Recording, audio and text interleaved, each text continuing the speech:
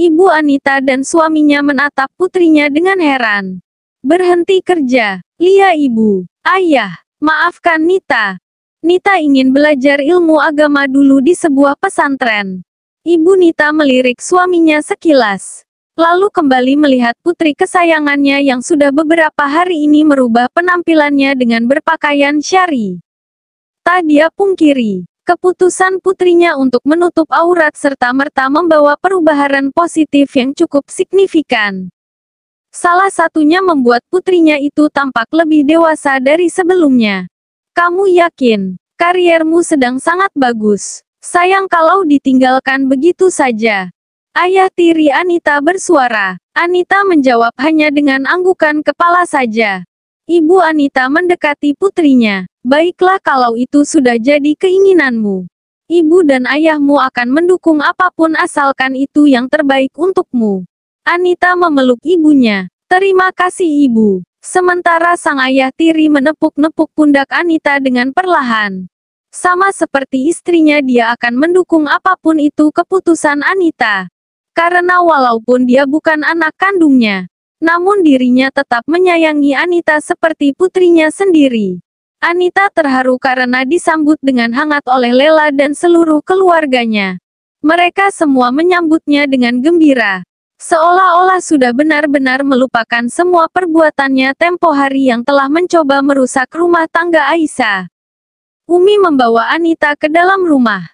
Menunjukkan kamar yang sudah dia sediakan untuknya. Tidak Umi, aku akan tinggal bersama para santri lainnya saja. Aku tidak mau tinggal di sini dan merepotkan Umi sekeluarga.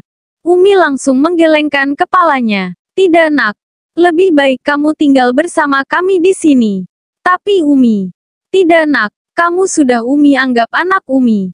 Jadi kamu harus tinggal di sini bersama kita. Ini juga pesan Aisyah pada kami semua jika kamu harus tinggal bersama kami. Anita menyerah, walaupun merasa tidak enak hati, malu dan sungkan, tapi akhirnya dia bersedia untuk tinggal di sana. Melihat perlakuan mereka semua, Anita merasa beruntung telah dipertemukan dengan orang-orang baik. Yang tidak dapat dipungkiri bahwa berkat mereka jugalah dirinya bisa mendapatkan hidayah hingga kini dia berhijrah. Sama seperti Aisyah, semua saudara-saudaranya juga tak kalah baik dan ramah.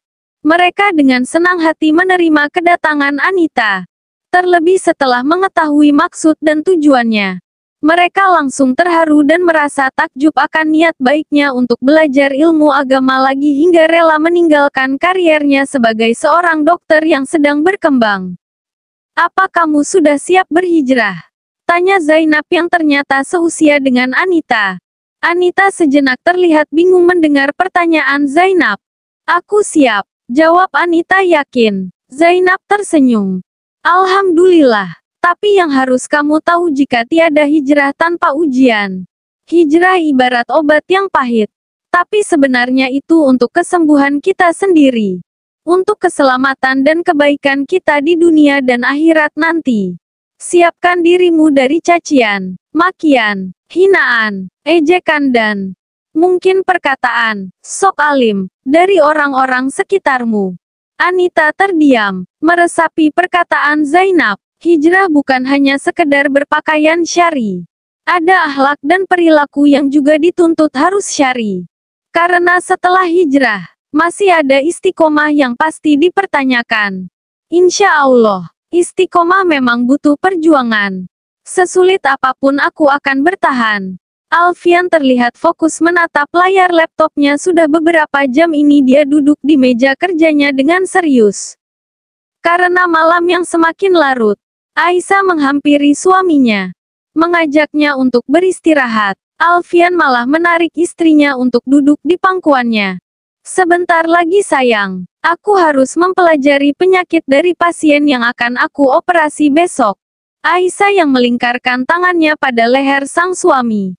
Ikut menatap layar laptop di mana dia sama sekali tak mengerti akan banyaknya istilah medis yang tertera di sana. Sudah malam, besok saja sesudah salat subuh dilanjutkan lagi. Sekarang sebaiknya kita tidur. Ucap Aisyah lagi mengingatkan suaminya. Baiklah sayang.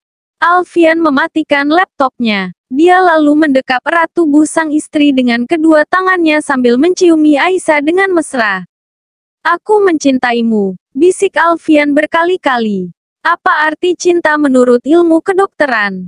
Tanya Aisyah usil. Alfian terlihat berpikir. Jatuh cinta adalah ketika hormon oksitosin meningkat. Hormon yang membuat perasaan sangat gembira sampai-sampai menyebabkan jantung berdetak kencang dan telapak tangan berkeringat. Saat seseorang mengalami jatuh cinta, kondisi tubuhnya dibanjiri dengan beberapa hormon yang menghasilkan perasaan yang senang, obsesi dan juga kedekatan. Jatuh cinta memang berawal dari mata. Namun dari mata perasaan itu diproses melalui pikiran. Jawab Alfian panjang lebar. Aisyah tertawa mendengarkan penjelasan suaminya. Kalau menurutmu apa itu cinta? Tanya Alfian balik. Cinta adalah suatu perasaan kasih sayang yang merupakan fitrah manusia dan juga karunia Allah dalam penciptaan alam semesta. Cinta itu hanya kepada Allah. Cinta itu kepada apa yang dicintai oleh Allah. Cinta itu untuk dan karena Allah. Jadi aku juga mencintaimu karena Allah. Lanjut Aisyah lagi. Alfian tersenyum. Naila seperti biasa berdandan secantik mungkin. Tekadnya yang ingin menarik perhatian Alfian rupanya tak surut walaupun dia tahu jika Aisyah sudah mengetahuinya. Dia yang sangat percaya diri akan kecantikan dan kemolekan tubuhnya. Merasa yakin jika Alfian akan tergoda. Hal itu dia lakukan karena ingin Alfian menjadi miliknya. Apalagi setelah pertengkaran terakhir dirinya dan suaminya. Sang suami tidak pulang hingga saat ini. Yang lantas kemudian dia yakini jika suaminya telah memutuskan untuk pergi meninggalkannya. Karena itu dia harus segera mencari pengganti yang lebih baik dari suaminya. Sebagai pengobat rasa kecewa keluarganya dulu karena telah memilih lelaki yang salah. Maka kali ini dia harus memperkenalkan seorang pria istimewa yang akan membuat ayah dan seluruh keluarganya bangga. Dan menurutnya jika Dr. Alfian adalah lelaki yang tepat. Dia sosok pria yang sempurna untuk dijadikan suaminya. Walaupun tahu jika yang dilakukannya salah. Namun demi kebahagiaannya dan seluruh keluarganya. Dia rela melakukan apapun, termasuk merebut milik orang lain. Apalagi yang dia lakukan kini bahkan sudah lumrah. Seorang wanita merebut suami orang lain. Seperti yang sudah dilakukan beberapa orang temannya. Naila berdiri di depan pintu menunggu Alfian keluar dari rumahnya. Beruntung, tak berapa lama Alfian keluar. Sendirian. Membuat berpikir jika inilah kesempatannya. Selamat pagi dok. Alfian sama sekali tak melirik atau menjawab sapaannya. Dia tetap berjalan. Naila langsung menghalangi jalannya.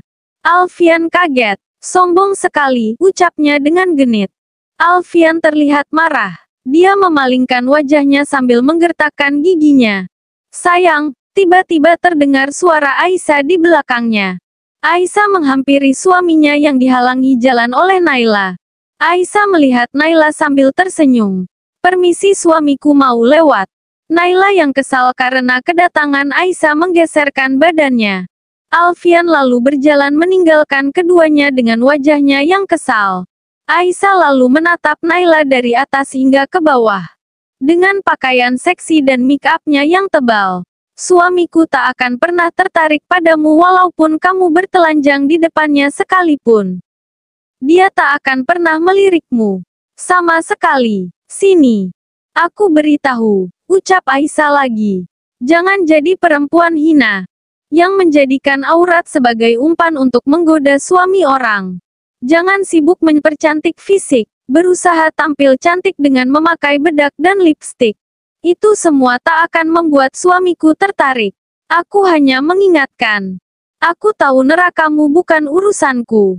Karena surga juga belum tentu menjadi tempatku. Modal cantik akan kalah menarik dengan wanita yang akhlak dan agamanya baik. Zaidan turun dari mobilnya. Sesaat dia tertegun melihat mobil di sampingnya. Mobil yang rasa-rasanya sering dia lihat. Dia lalu melihat sekeliling. Di tempat parkiran pondok pesantren itu dia nampak mencari seseorang. Apakah dokter itu juga ada di sini?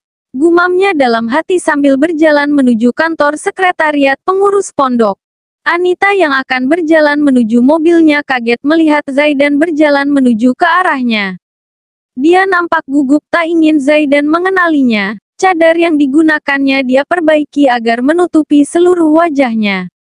Dokter Anita, seorang santriwati memanggilnya dengan keras. Zaidan langsung berhenti tepat di depan Anita yang langsung menundukkan kepalanya. Zaidan tersenyum, ketika tahu jika di depannya adalah dokter yang dia cari sedari tadi. Assalamualaikum, ucap Zaidan dengan sangat bahagia melihat penampilan Anita. Waalaikumsalam, jawabnya singkat lalu langsung berjalan tergesa-gesa menghampiri santri yang memanggilnya tadi.